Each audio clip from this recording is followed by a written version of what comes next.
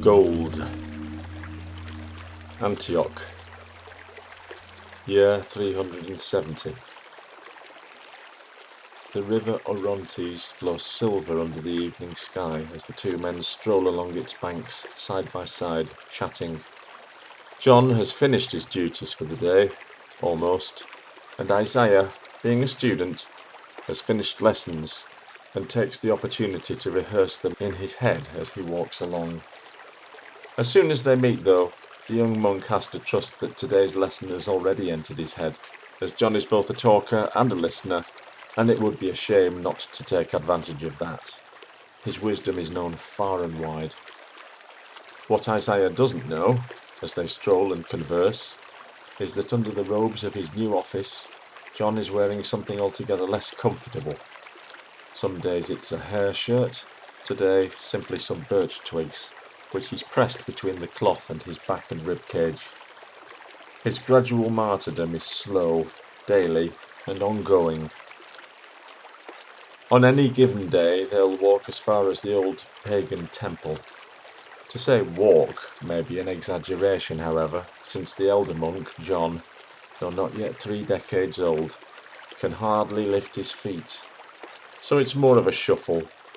And normally, having gone as far as the temple, the two of them then turn together and walk, or shuffle, back into the city from there.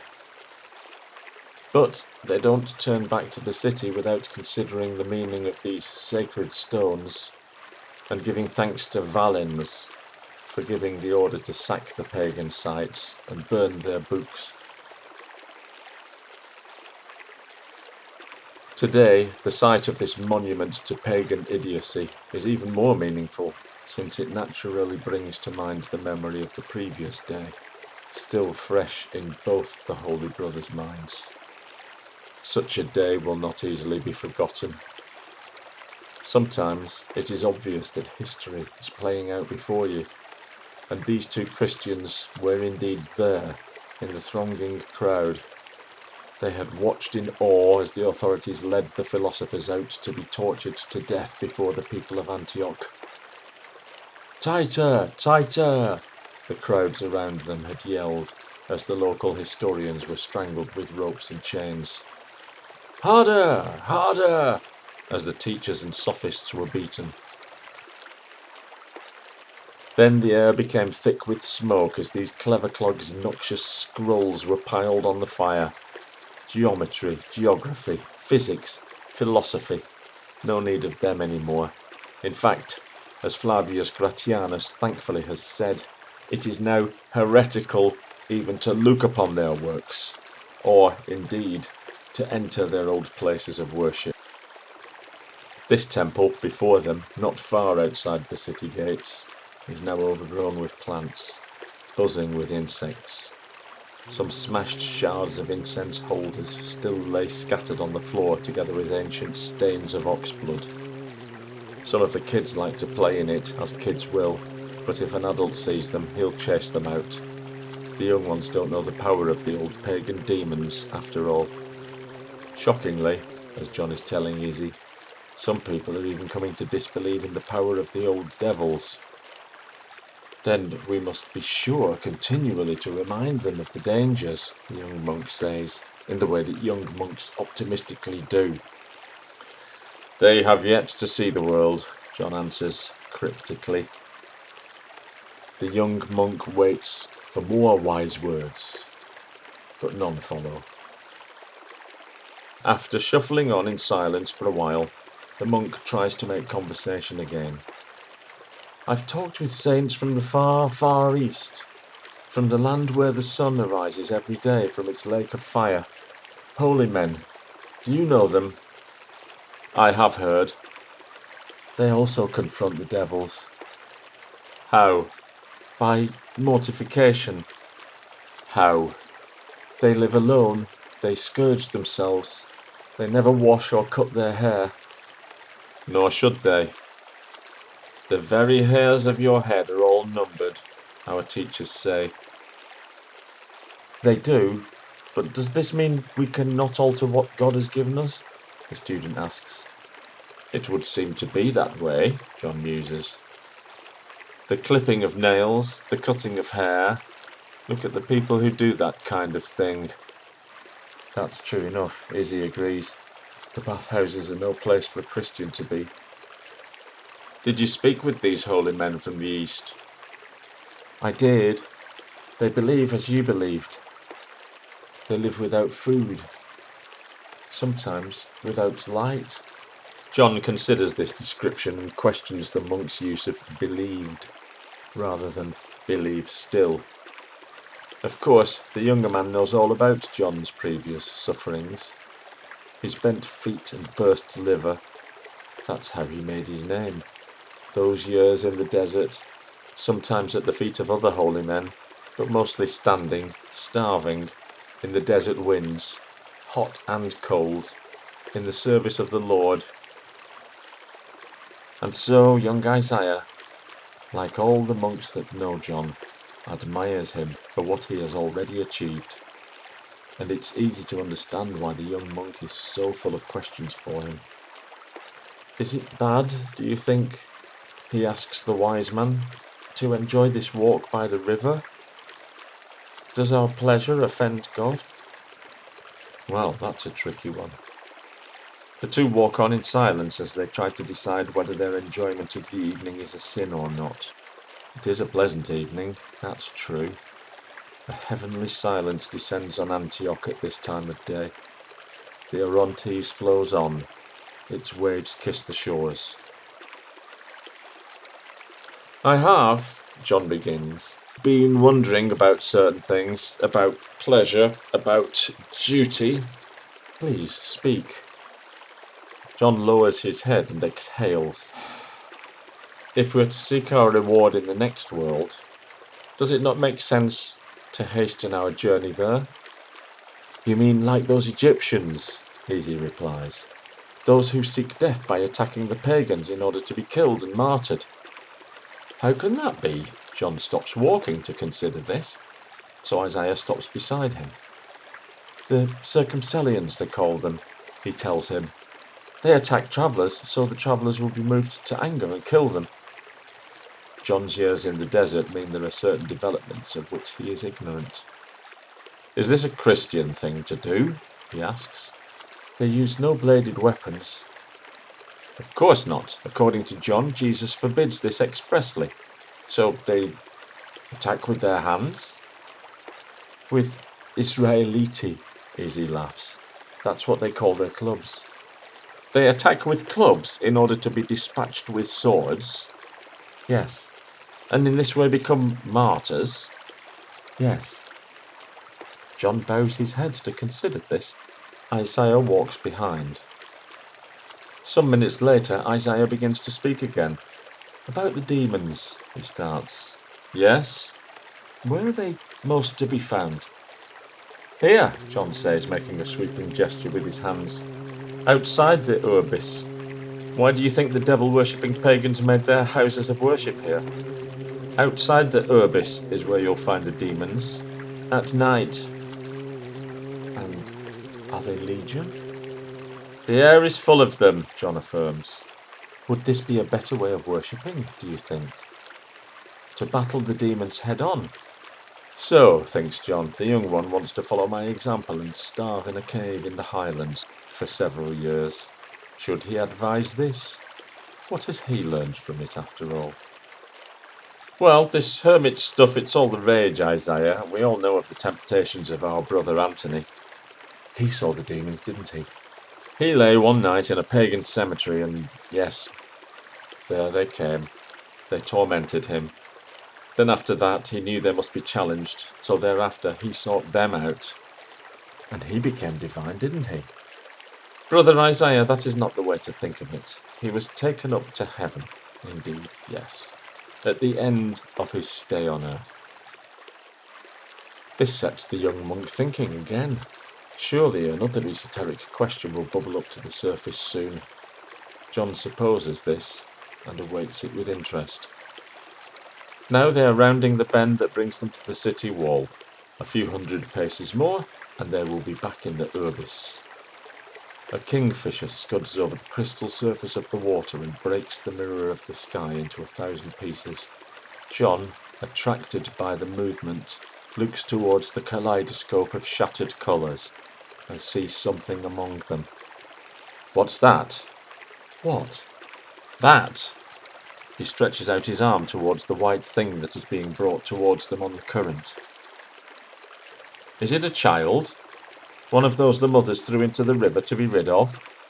Oh Lord, let's hope not. John is already taking steps towards the bank to get a closer look. Isaiah follows him.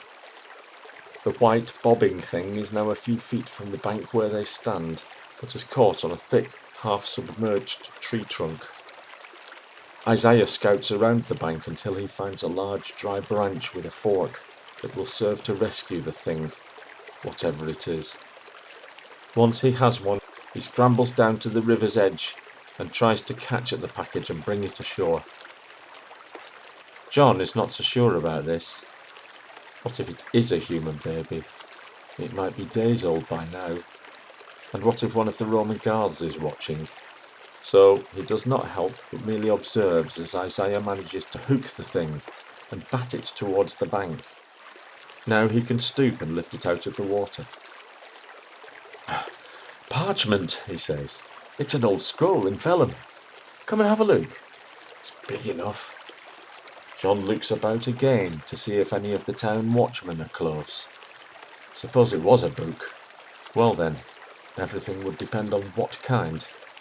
Please God, he prays silently, let it be the Christian kind. Now Isaiah has the scroll on the ground and is unrolling it. Look! Magic symbols! He exclaims. John recoils in terror. Throw it back, but it's too late. An armed guard has appeared from nowhere, as they say, though in fact from a near hillock where he happened to be relieving himself and is now hastening towards them. Throw it back, says the young monk. Tell him it's not ours, it's nothing to do with us. He won't believe that now. He sees us. Not only that, but he's called his companion over and the two armed soldiers are now clanking their way over the coarse grass towards the two holy men. Isaiah rather foolishly attempts to hide the scroll under his tunic. Thoughts of the previous day and the fates of the book owners return vividly to their minds. Then, only 24 hours ago, they were watching the spectacle as the parchments burned and the lashes fell on the red raw backs of the victims. Never did they imagine they might so soon stand accused of possessing heretical literature. But now, it seems, there's no escape. What's that? The first soldier asks, tapping at Isaiah's tunic with his sword. What have you got under there? He tries to speak, but he can't. Come on, open up, let's see. And you, Beardy, they order John. He lifts up his robes to reveal his bare body, emaciated ribs, varicose veins. They see the thorned branches strapped to him. All right, close up again for Jupiter's sake, says the guard. And you? Back to Isaiah. What's that? The sodden scroll is lying on the ground between them now. He stammers. It's a what? He turns to John. What's this cretin saying? A book, he informs him. A book? A scroll. Why is he hiding it? Isaiah is dumbstruck. Why does he not speak? He has troubles, John says. I can answer for him. What's this you're hiding? We are hiding nothing. Then what is this? You were going to throw it in the river, eh? He pokes at it with his sword. No, sire, no. It is a book we use for study. Drusus, the Roman barks to his companion. Come here, read this. Tell me if it's legal or not. The literate one steps forward, stoops down, takes the papyrus up from the ground and studies it. You, the other one says, poking at John. Who are you? What do you do here? I'm training for the presbytery. A monk in Christ. And a dumb one? He is also in training. We meet to discuss the scriptures. Then what are you, of all people, doing with this muck? He points over with his sword. What a multitude of uses he has for his army-issue pricker. To the other soldier, who's now sitting on a rock and studying the text, following the script with his finger and moving his lips as he does so. The guard that's standing by the monks shouts over at him. "Oi, Drusus, you useless fucker! I thought you said you could read." "This is, he says. "Look at this." He indicates a diagram, a circle divided with arrows and labels. "This ain't right." "Well, well, well," the other one says. "Looks like we might be taking you in after all." "But why?" John asks. Isaiah's almost shivering now with fear. His sister was raped and killed by a soldier. They can do what they want, these guards. No one's going to ask questions. He knows that. He calculates his best bet is to stay dumb and observe. The monster is staring at the older monk, astonished by the confidence of his reply. John continues to speak. "This diagram is indeed geometrical," he explains to the Roman. "But if you study the text around it, you will see that the wise author uses the old texts in order to show them up for their stupidity." Bully Boy listens, half convinced. He looks over to Drusus, who shrugs his shoulders. John continues. "Think of this text as a slave girl." The Roman arches his brows. "When you take her home from market, you do what you can to cleanse her, for unless her head is shaved bare and all her hair removed, even her eyebrows and her nails cut down to their shortest, she can never be taken to wife by a citizen." "So?" asks the bemused guard. "In the same way as I may see some beauty in a pagan woman, and by bathing and shaving her, paring her down, I can admit her to my bed, then in the same way I can take these ancient texts, cut out their venom, and still have them be of use to me." Bully Boy thinks this over and looks at Drusus again. "What do you reckon, Greenback?" "I don't know. Ask him what their God would say." "Oh, that's a good idea." "So are you Christians, right?" "That is true." "What would you do then, as fully qualified God-botherers? You've just caught a couple of rapscallions with a forbidden book. What does your God say about that?" "Not a forbidden book, sire," John dares to interrupt. "But you can see why we're going to take you in, just in case." "Ah, no, sir," John pipes up again. "For then you will never know if we are sinners or not. We will languish in a cell, nothing more." "What are you talking about?" "That is why God gives us free will, sire. In Jeremiah's tale, when God says, 'Speak to the children of Israel, perhaps they will hear and repent,' he does not mean that God does not know what will happen. That is impossible. But he does not want us to know what will happen. For if we knew beforehand what was going to happen, then it would matter not a jot which course of action we took, and we would be denied our very freedom to act." "Did you catch any of that, Drusus?" he shouts over. "Who the fuck is Jeremiah?" Drusus snaps back. "Some wise guy, by the sound of it," the boss answers him. "Yeah, you know what, lucky boy, I think I've had enough from one day." He turns back to the two robed figures and smacks each one with the flat of his multi-use sword. "I'll tell you what," he says. "Why don't you fuck off back to your monastery, or wherever the fuck, leave the scroll with us, and we'll decide what to do with it. Your God's got you off the hook this time, alright, you lucky fuckers." Isaiah looks at John with great relief. John, for the moment, says nothing. He knows his arguments mean nothing to the Philistine. He gave him just enough for him to realise that their suspect scroll might be worth some black money somewhere. Isaiah helps John to get upright, then places an arm over his shoulder, whispering in his ear as they begin to walk together. "You're a genius, John. I could never have thought of that. And to show a Roman guard how he may let Christ into his life, through logical reasoning. It's a joy to know that even the ignorant can be swayed with righteous arguments. From now on, I'm going to call you Golden Mouth."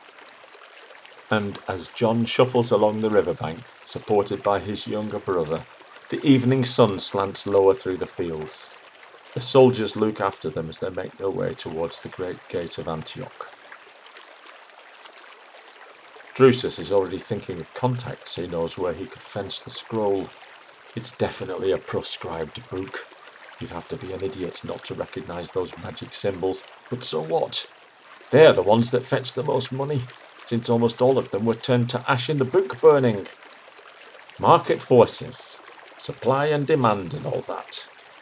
With a bit of luck, after yesterday's book culling, this could be worth as much as... Then his thoughts are interrupted. Look at them for a couple of dirty crims, his companion says, nudging him and motioning towards the bedraggled couple, now some 100 paces closer to the city gate. Yeah, right. One's got no tongue, and the other's got no fucking feet. And the one with no tongue's got no brain either, Drusus observes. And I doubt the elder one's much longer for this world. We're not going to regret letting them go, are we? Nah, there'd be no threat to no one. And we've got this lovely bit of contraband to flog, his companion concludes, tucking the scroll under his arm, daydreaming of gold